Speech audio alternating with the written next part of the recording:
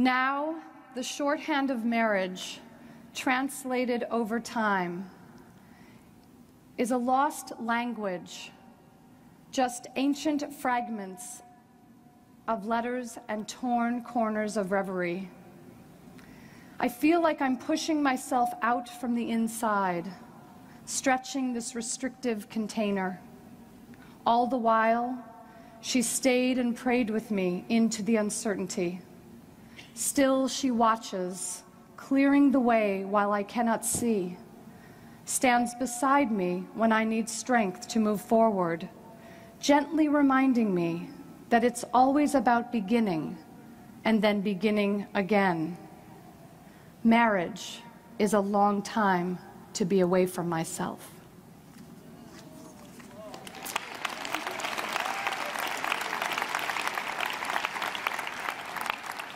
Thank you. And it's my pleasure to welcome to the stage a man who really did help me quite a bit on this journey. One of my most favorite men in the world, Wayne Dyer.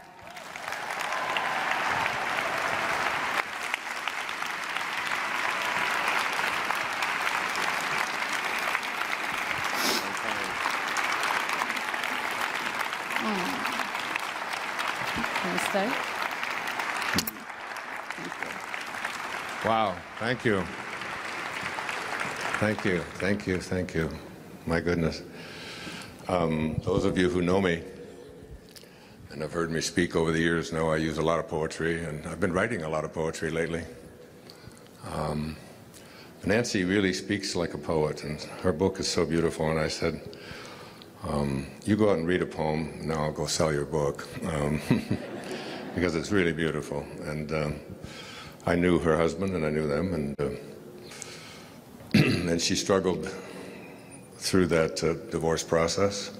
Those of you who've been through it know emotionally how wrenching, gut-wrenching it can be. I've been there, and to never get over it. You just try to become someone who turns it into love. And this is just a few words from one of her poems that I love so much, and this is how a poet thinks.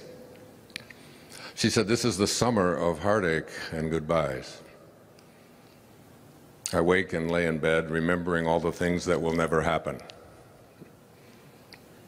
all the places we will not go,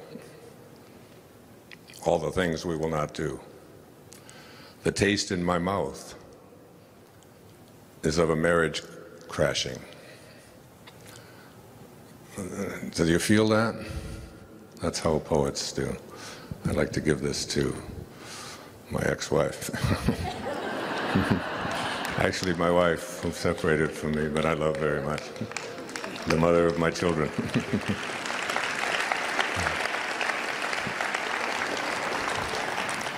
She just said, "I owe you for that."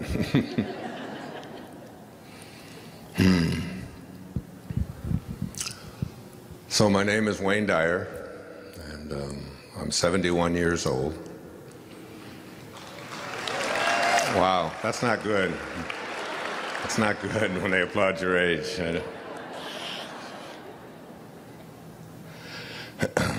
And I have sex almost every day. Almost on Monday, almost on Tuesday, almost. I love that line. I don't know why, I just keep using it. My friend Jack LaLanne, who passed away a year or two ago, set it up till his 93rd birthday as he was speaking, so I hope to be doing the same. And I'd also like to say to you, to the world, that I am well. Thank you. Not only am I well, but I am perfect health. And those words will have much more meaning for you when I finish in a little while, to be able to say the things that you are. I am. Two very important words, I am. So this is the first time, I think, ever, that all 8 of my children are here with me. We are having our Thanksgiving tomorrow because I'm not going to be here in Florida. So, and it's wonderful to have them there. My daughter Tracy, who's sitting there in the front, and she began a business after leaving behind a corporate life because she really wanted to fulfill her destiny, her dharma from within her heart. And she struggled over and over again with this whole idea of giving up your benefits and giving up all of the security and safety of a good job in order to do something that her heart told her was important to do. Those of you who have seen my film, The Shift, know that that's what I speak about, what it's all about. If you haven't seen it with Portia de Rossi and Michael DeLuise and myself, I encourage you to do so because it's about shifting, making a move in a different direction. She started her own business, and her business is designing her own handbags. But the interesting thing is she also designs them from and builds them from recycled water bottles, plastic water bottles. I think that's phenomenal. Here's one of them up here now, and I wanted Nancy. Is Nancy? Are you? Where did you go? Did Nancy leave? There was a lady right over here in a wheelchair that I was going to give this to, and I don't. Oh, there. What is your name? What is her name? What is it? Lucy? Well, Tracy, would you take that back? And it's so beautiful. Made out of recycled water bottles instead of putting them into the ocean. Here. Would you give that to her? Well, let me tell you about... There's the lady right there. That's a gift for you. God bless you. And I see you walking out of that wheelchair one of these days. There you go. Thanks, honey. And she has them here, and there's never a better audience for this sort of thing than a Hay House audience, because it's loving ourselves but also loving our planet. There is a swath of plastic in the Pacific Ocean from bags that have been put into landfills that we take home from our grocery stores without even thinking. Believe it or not, it's the size of the state of Texas. And it's out there floating, just all this plastic, and it's all unnecessary. We can do something to change that, and I honor you for doing that. My other daughter is here, Serena. Where are you, Serena? Oh, there you are. Come here, honey. Go around. I want to introduce, she started a project. You can go around, go back, and move quickly, okay? I'm a big star. We don't have time for this. But Serena has had this passion for children that are being trafficked. And so this Penn State horror story that is being broadcast all over the news is a big part of that is young children being sold into trafficking. And you're going to see a connection to that, I believe, as this unfolds.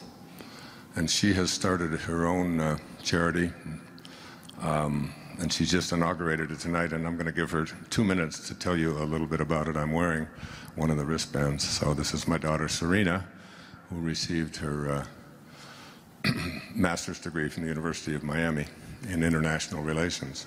Serena Dyer. Hi.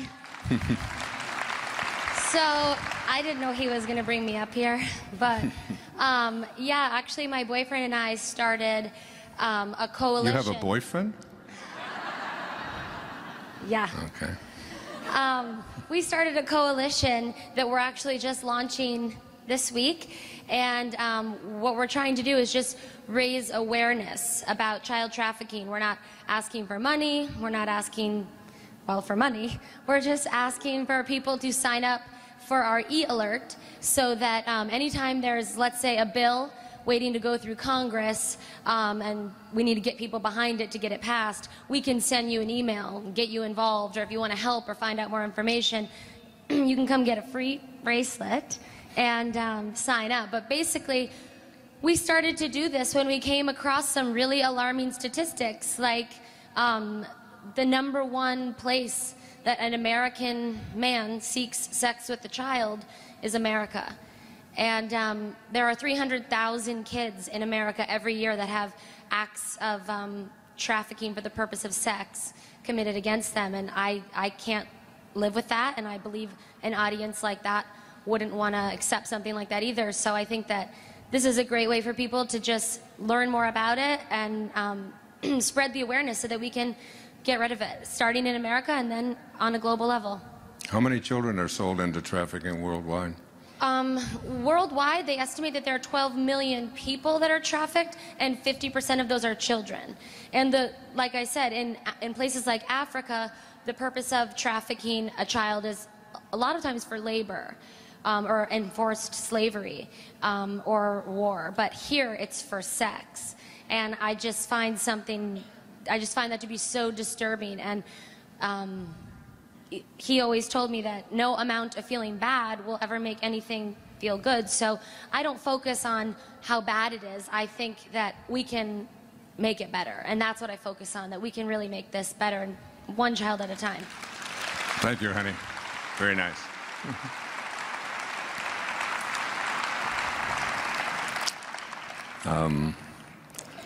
I won't go through all of my children because they take up the first whole section over here, but I'll probably mention them throughout the evening. I'm proud of every single one of them, and very, very blessed to have such beautiful children. And the mother of those children, Marcy, a woman I love so much, I give her an awful lot of the credit for all of that. In fact, I give her all of the credit for it.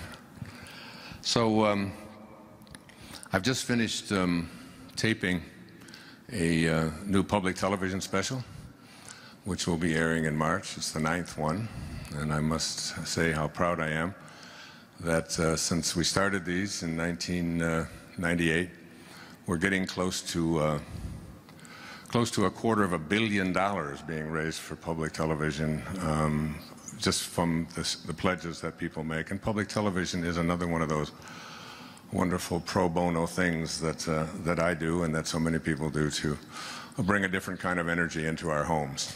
You know, the energy of Sesame Street. My daughter Sage is sitting there in the front row, is now 22, and you still have Barney, little baby Bibs, and everything was Barney, and that was the dinosaur, the purple dinosaur. Anyway, so that will be airing in March, and it's based on what I have been doing for the past year or so.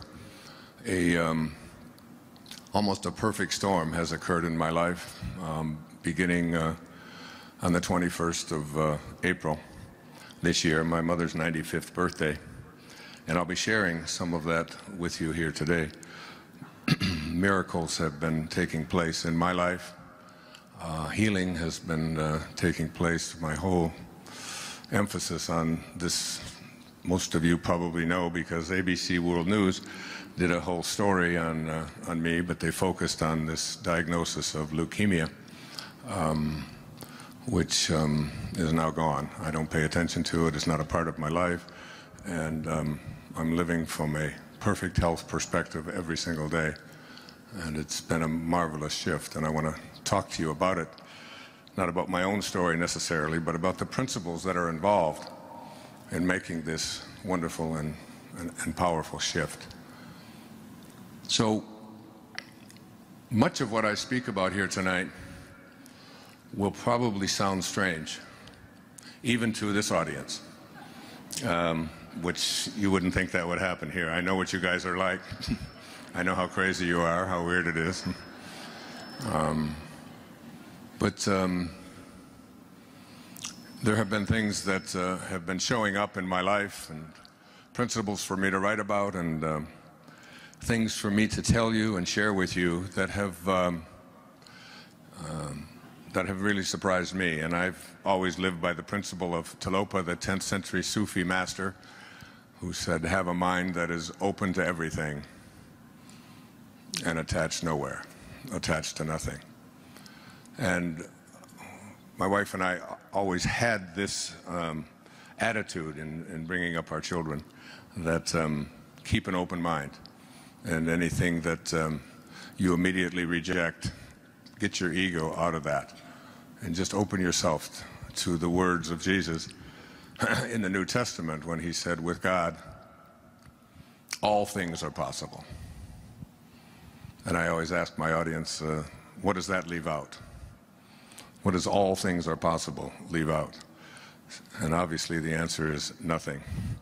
In the book that I wrote for the film, The Shift, it's also called The Shift, it has 4 chapters. From ambition to meaning. Moving our lives away from our egos and into a place of meaning, what Serena was up here speaking about. It's a sense of feeling that you're making a difference in the world. And towards the end of that book, I quoted from a man named Joel Goldsmith, who wrote The Infinite Way, in parentheses, in eternity. And we actually had friends on Maui, a friend on Maui named Alexandra, who's in her 90s, and in her late 80s, she would go out kayaking every day. And she actually dated Joel Goldsmith back in the 1950s when he lived on Hawaii. He's been very much of a hero to me. And then from his book, Parentheses in Eternity, which is what your life is, a parentheses in eternity, he said these words. He said, then there are those who reach a stage in which they realize the futility of this constant striving and struggling for the things that perish, things which, after they are obtained, prove to be shadows. It is at this stage that some persons turn from this seeking for things in the outer realm to a seeking for them from God.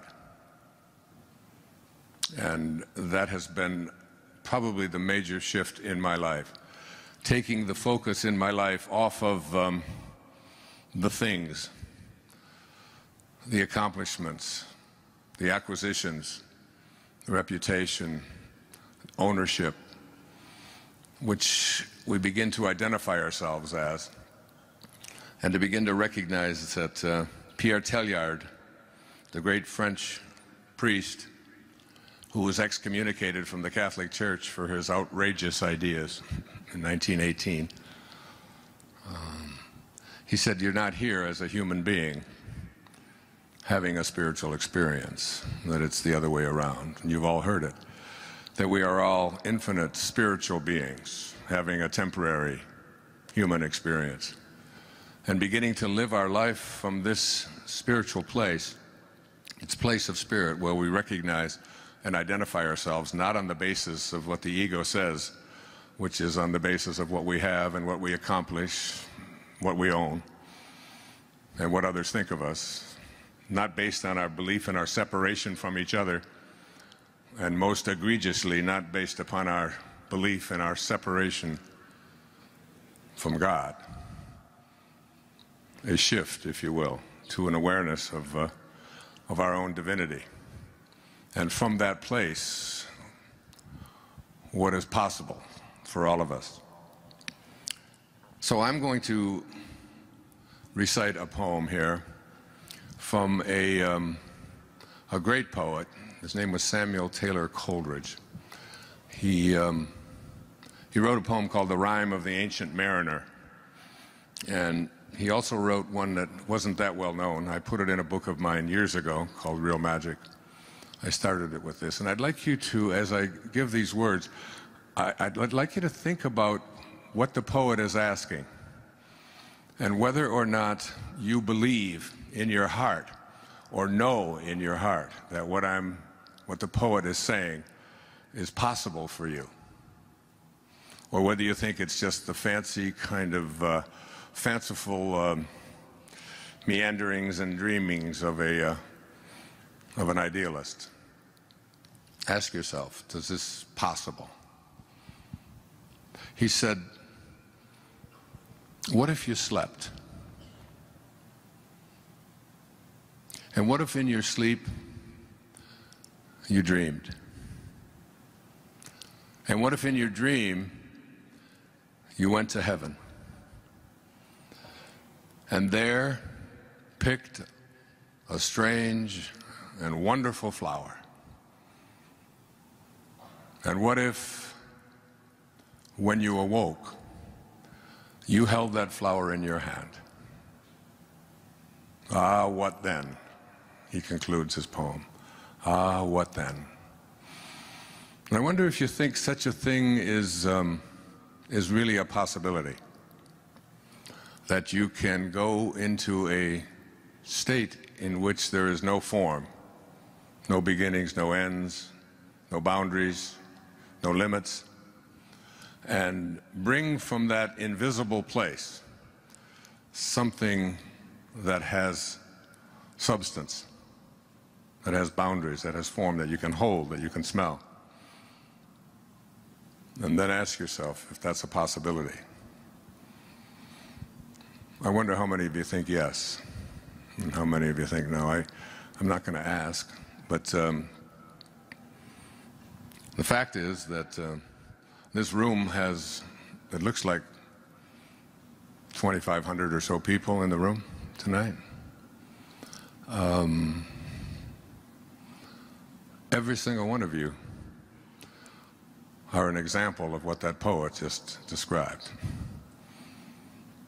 Every single one of you came from a formless place and are now form. All of you. Every flower that you look at began in a seed, and the seed began in something that is invisible. There's a little girl here tonight. Camille, where's Camille? 6 years old or so, 7 years old. I was swimming with her a little while ago, and she showed me her teeth. And she said, I lost 2 of my teeth. And look, there's 2 new teeth coming underneath it, and she was all excited about that. And I said to her mom and my daughter Summer, who was here, just imagine that in that tiny little infinitesimally small little speck that built into that was what she's going through right now. What is there to do? There's nothing for us to, we can't make a change. In that tiny little invisible speck, everything that you needed for this physical journey was handed for you. And you don't believe in miracles? In the great Tao, many of you know I lived the Tao for a year, the year I turned 65, and wrote a book on it. A book that I always tell people, carry it with you wherever you go. Some call it the wisest book ever written. And I lived the principles of that little book, and I encourage people to just stick it in your new purse. The ones that are made out of plastic, recycled water bottles. Is that all right? And but just carry it with you, because you don't even really need to open it, because the energy from what's in here will come to you. I had a great teacher in India who used to say, he wrote a collection of his writings was called I Am That, by Nisargadatta Maharaj, and he used to say to his devotees, you don't have to read it, just carry it with you. And I heard that, I was in my early 40s when I heard that, and I just thought, this is just another one of those crazy guys over there in India giving us advice, and I just didn't think that it would be possible to get. But now I've really come to an awareness that energy is in everything, and that just holding this book, literally, you could muscle test this, kinesiology, and put this thing next to your heart, and you will be stronger with it than you were without it. Just try it. Just carry it with you. Let me see, who would like a copy of this? Oh, that hand right there, the first hand up. Yeah, you. Yep. No, next to you. Yeah, stand up. Would you like to carry this with you wherever you go? There you are. God bless you. The Tao Te Ching. It's only a few dollars. It's worth having. One of the great lines in the Tao is what I'm speaking about here at these opening lines, is that that says that none of you are doing anything. You're all just being done.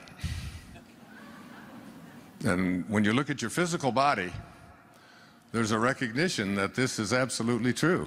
You know? I mean, what can you do to change it? You know, things are drooping, folks. You can fix them up if you want to, but the inevitable is there. And the hair, well, for some of you it turns gray, and for some of you it just turns. It just goes somewhere else. And you begin to see, there's also a great line in the book, because my son, who's sitting in the front row, Sands, who graduates in a couple of weeks and is going to start supporting me. I'm so happy about that.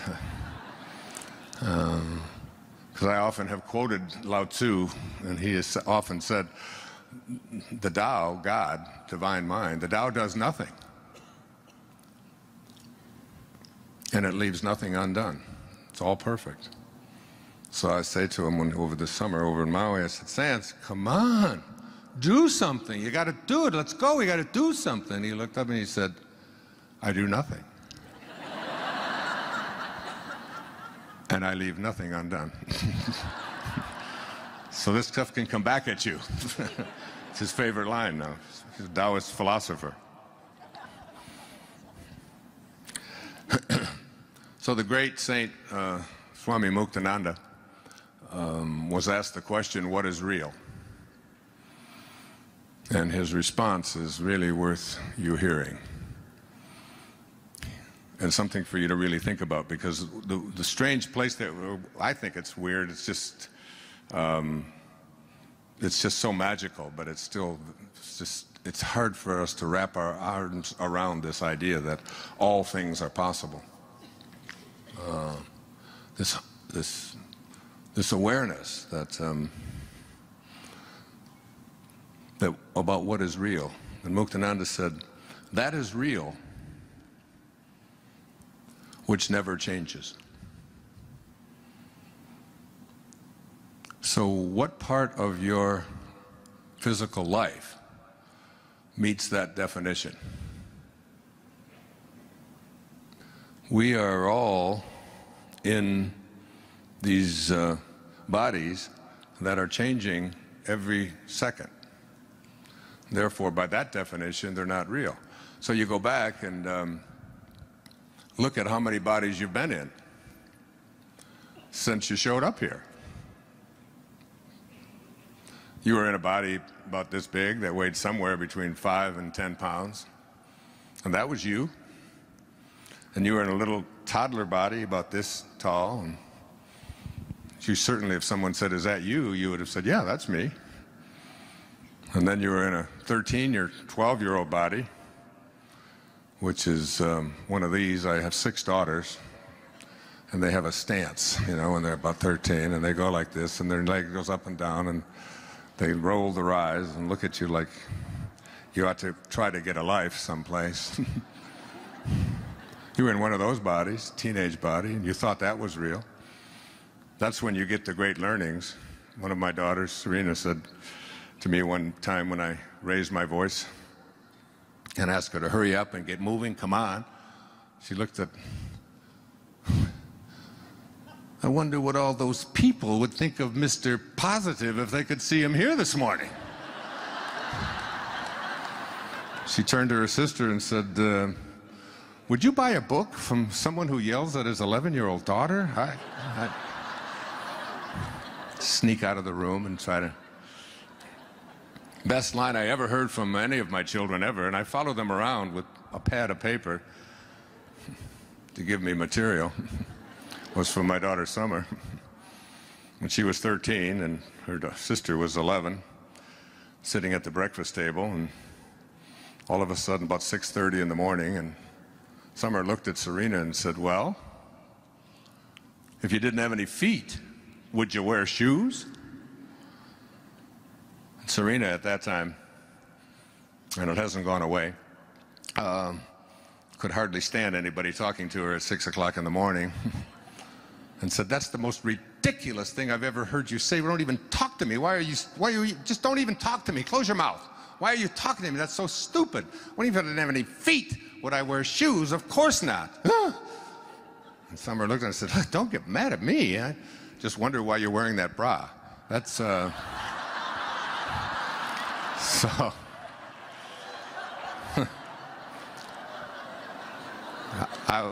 you were in one of those bodies.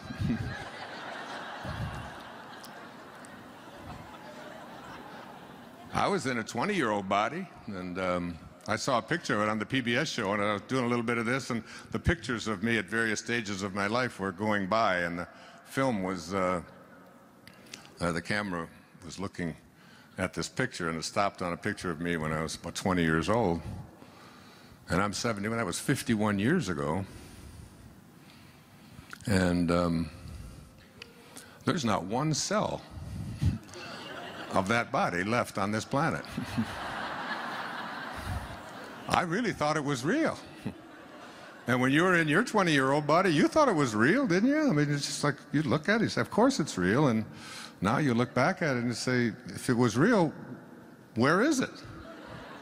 And where did it go? Emily Dickinson, another great poet, one of my very favorite poets from Massachusetts, would give talks back in the 19th century, and she would pick up a handful of dirt, and she would say, just let this in. This quiet dust was gentlemen and ladies and lads and girls, was laughter and ability and sighing and frocks and curls. This passive place, a summer's nimble mansion where bloom and bees fulfilled their oriental circuit, then ceased, like these. That's who you are, if you believe that you're your body. Just quiet dust that's going to fulfill its circuit and cease. And we all know that we're something much more than that. But we haven't been raised to believe that. So my talk tonight is really about understanding there is a component of us that is beyond the physical, beyond the physical, metaphysical, beyond form, over, past, higher than form, transformed. And this part of who we are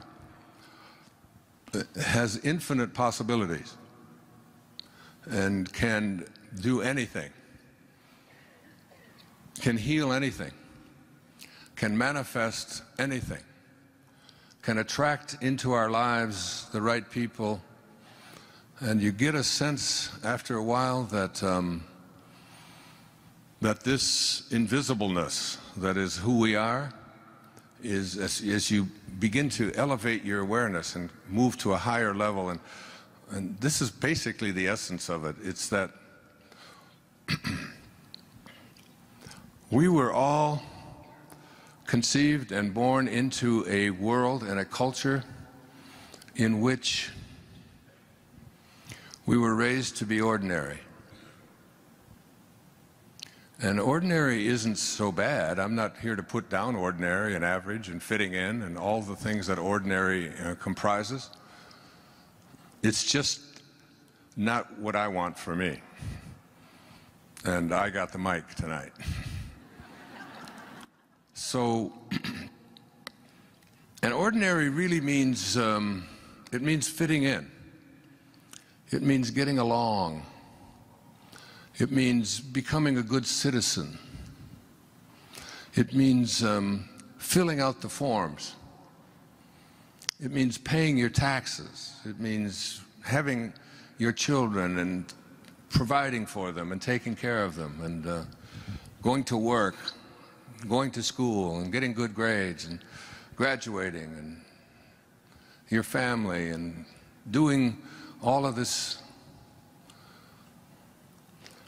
all of these ordinary things, and then getting to the later stages in your life where you become a grandparent, and then you live your life through your grandchildren, and then you die. And this isn't an indictment of that. It's for me an awareness that if I put my hands here about at my waist, I am speaking about ordinary consciousness. And where I would like to take you tonight, where I have been taken in my life, particularly in the last year or so, and particularly in the last decade or so, is to a place that I call extraordinary awareness. And extraordinary awareness is, it encompasses all of ordinary, so that you're listening to an ordinary man. I fill out the forms, or I get somebody to do it for me, more like it, and I pay my taxes, and I've provided for all of my children, and I went to school and saw that they went to school and was there for them as much as I could be, and did all of the things that we would say constitute ordinary. But extraordinary doesn't stop here. See, this is where it stops for so many people. And they go through their life with this, remember the Barbra Streisand song? Is that all there is? And there's this sense that there's more. There's a calling. There's something in me that transcends the physical, that transcends ordinary. And this something that wants to move us to this extraordinary level out here is beyond the ego. Everything I've spoken about here is the ego. It's the striving for, it's an identification and a belief in my identity as a physical being, and believing in what my physical self tells me is my reality, and evaluating it on the basis of what I can see and touch and feel and smell and hear, so that it's my senses, my sensory self is here. But this up here, between ordinary and extraordinary, where I believe anyone can go at any time. Here we are what E.E. Cummings, another favorite poet, he said, to be nobody but yourself in a world which is doing its best night and day to make you just like everybody else means to fight the greatest battle there is to fight and never stop fighting. This is how the poets think. It's about going beyond average. It's about going beyond ordinary. It's about recognizing your own divinity. It's about understanding that there's something inside of you that is calling you. It's your spirit, it's your soul. And your soul, your spirit, is here in the distance between here and here. And your soul wants something very, very different than your physical body ego apparatus wants. It's not interested in fitting in. It doesn't care whether you're right. It doesn't care whether people like you. It doesn't care about whether you're a good citizen or not. I wrote these words out the other night. Let me share them with you.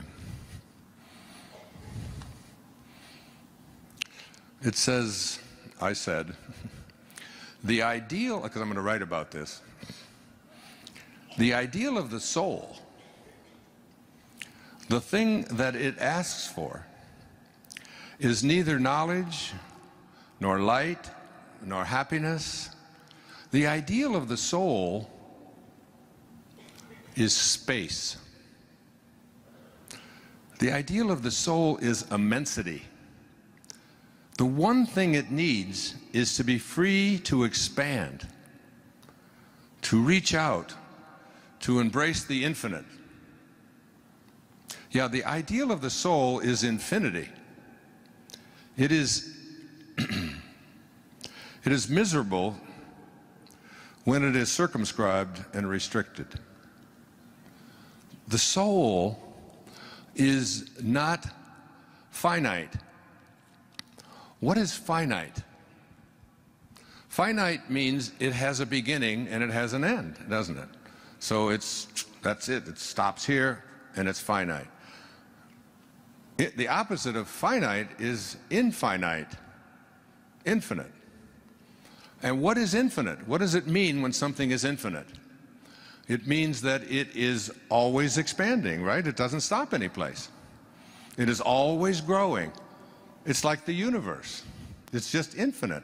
What do you think's at the end of the universe? Just try to imagine a finite universe. And we come up with, well, what would be at the end of it?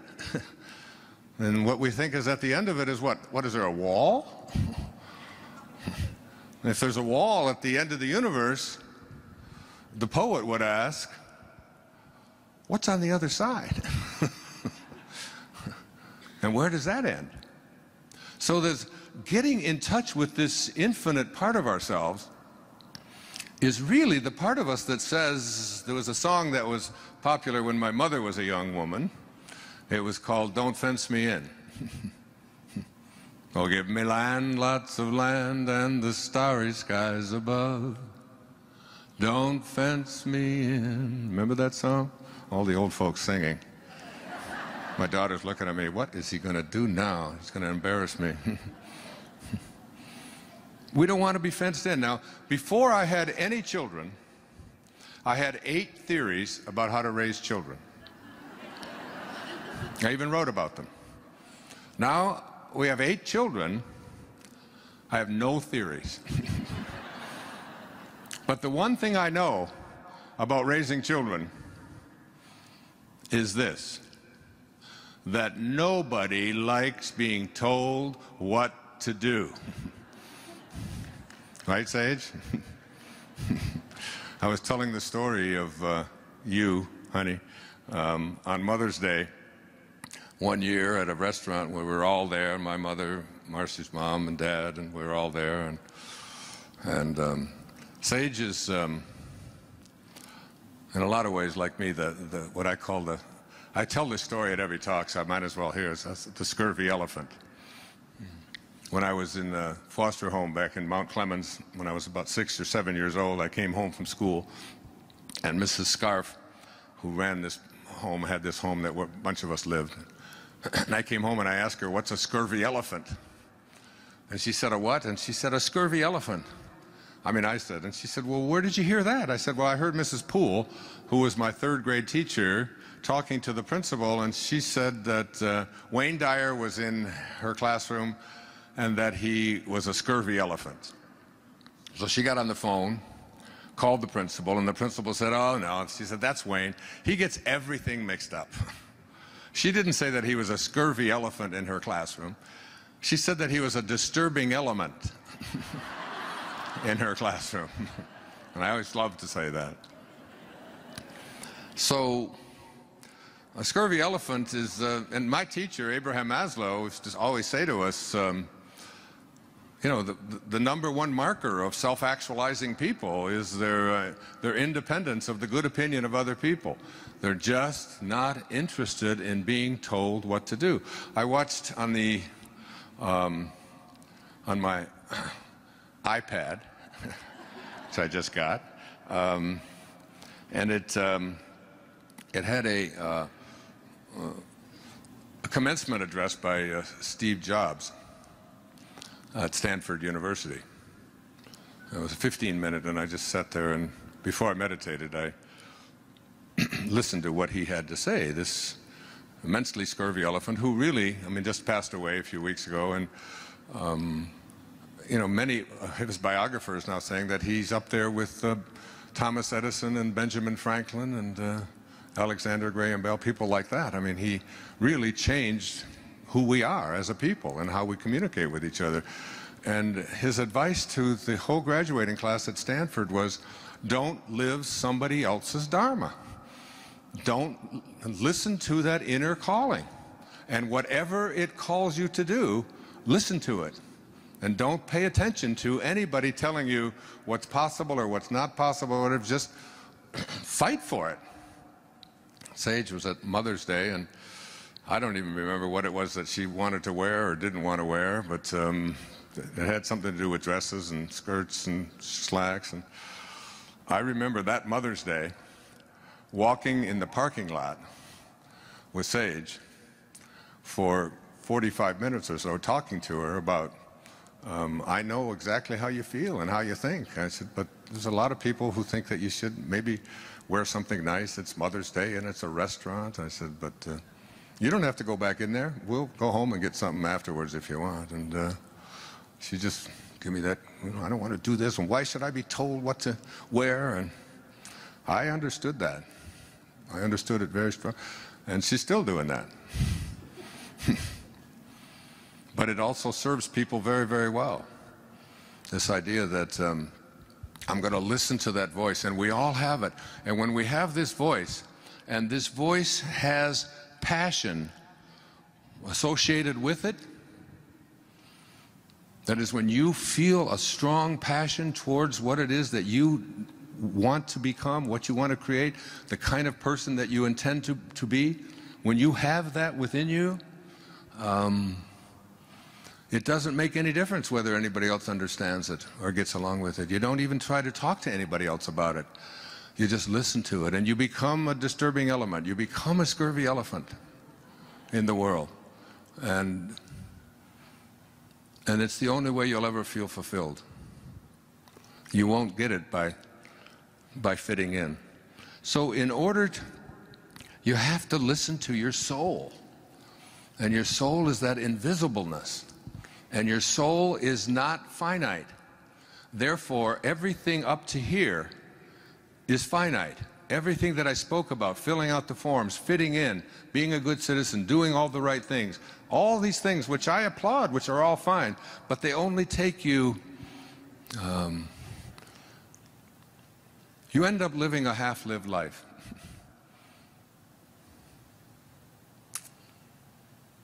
Herman Melville, I spoke about him this morning when I spoke to a writers group here.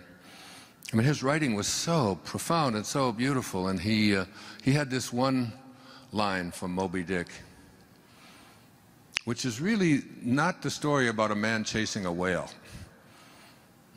It's the story of a person who has an obsession, and that whale is a symbol of I must achieve it.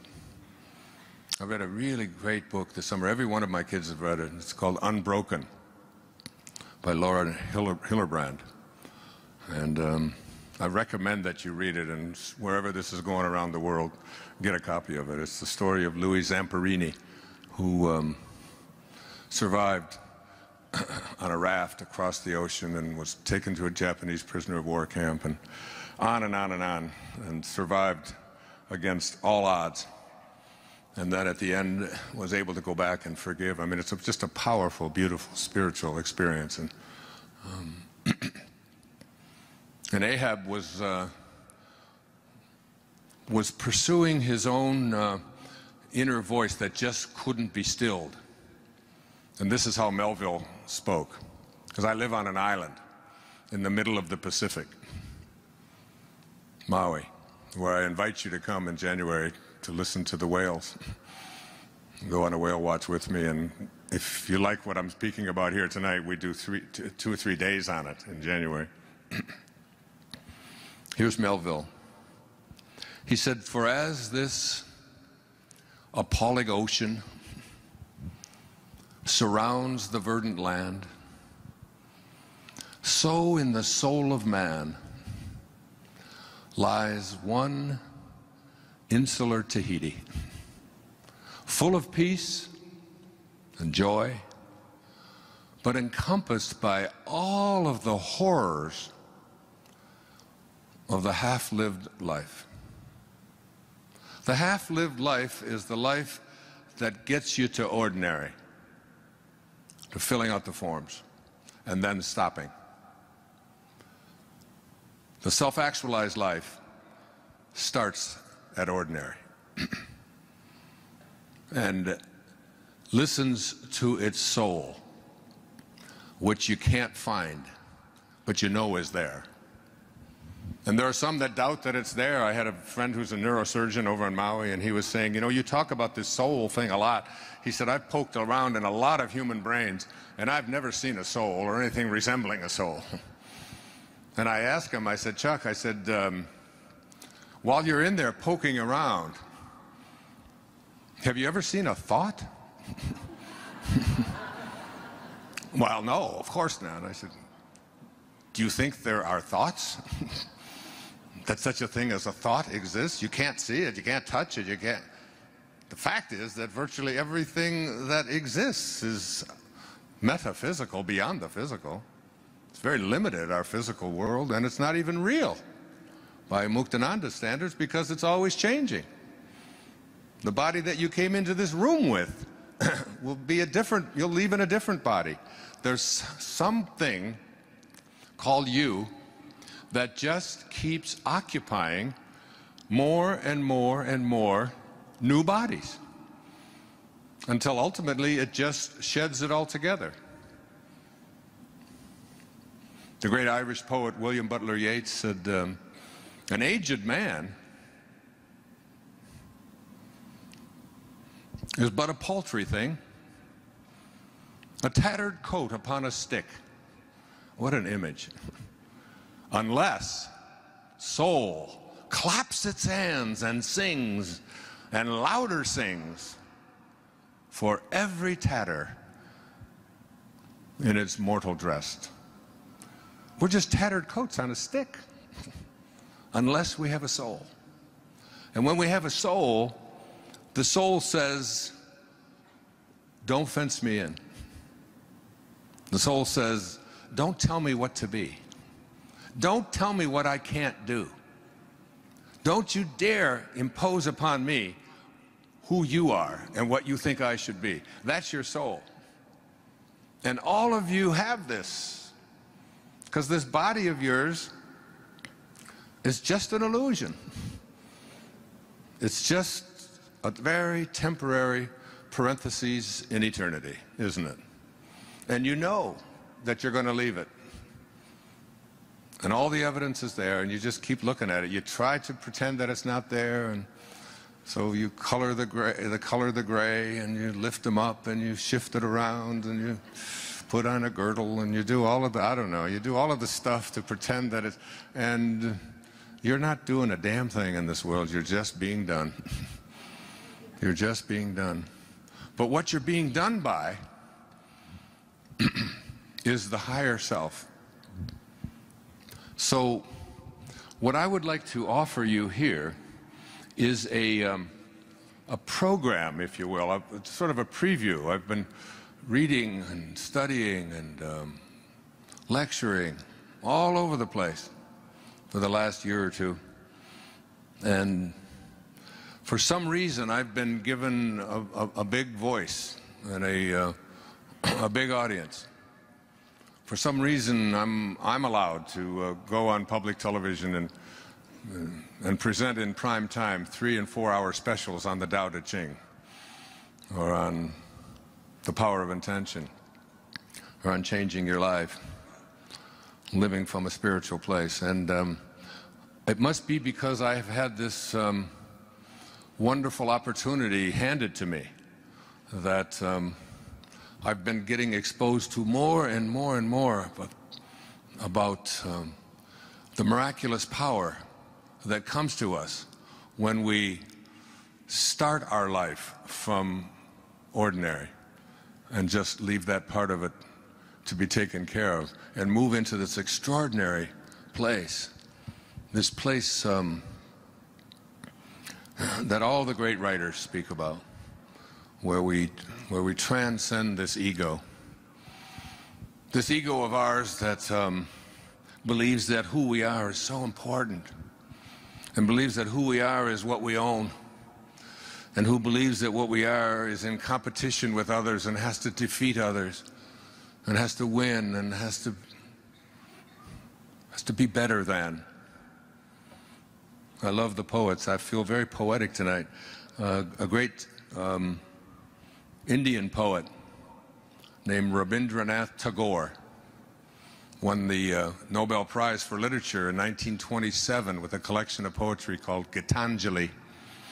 And in there, he writes about this ego of ours. He says, I went out alone on my way to my tryst, but who is this me in the dark? I step aside to avoid his presence, but I escape him not. He makes the dust rise from the earth with his swagger. He adds his loud voice to every word I utter. He is my own little self, my Lord. He knows no shame. But I, the invisible me, I am ashamed to come to thy door in his company. That's the ego. The part of us that makes the dust rise from the earth with our swagger, who's always adding his loud voice. But inside there's this being that says, who I am is so much more than that, so much more divine. And in order to get to the path of moving towards extraordinary, and the fact is that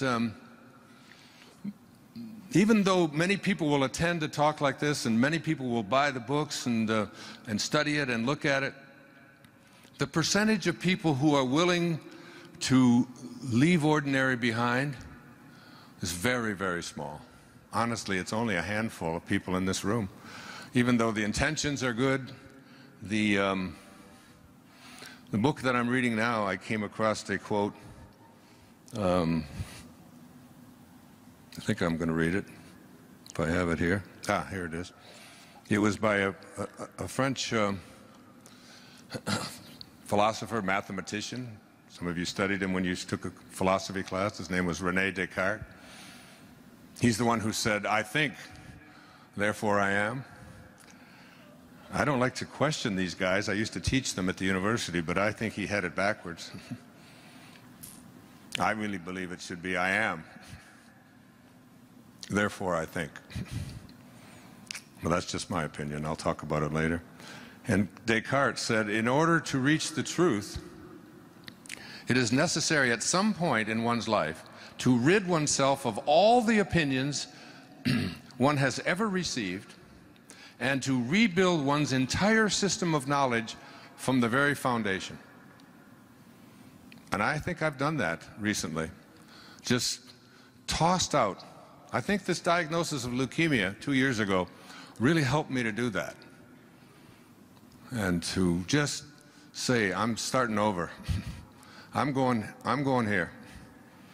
And I've been doing it in some ways. Many of people think I've done it my whole life, but honestly I haven't. I've wallowed around in that ego a lot in my life. And so in order to do this thing, you have to recognize that it fundamentally involves changing your concept of yourself. And changing your concept of yourself really means understanding what is your concept of yourself. Like, who are you? What is your concept of yourself? Your concept of yourself is everything that you believe to be true about yourself and what's possible for you and anyone else. And it really means changing most of that, because you have been raised to be ordinary. You've been raised to believe in your limits and how far you can go. And you've have this imposed upon you by your well-meaning parents and grandparents and culture and religion and business and education. The systems that you have been immersed into have basically told you, get here. This is not for you. And it might not have even been done, and sometimes they might have even said, oh, you can do anything. And then we'll start to tell you all of the reasons, all of the exceptions to that, that I'm imposing on you. Like, you got to get dressed in a certain way for Mother's Day. And you've got to fit in, and you've got to do this, and it's by God, it's like the soul has no finiteness to it. It's infinite, so it means it just wants to keep expanding. It wants to keep growing.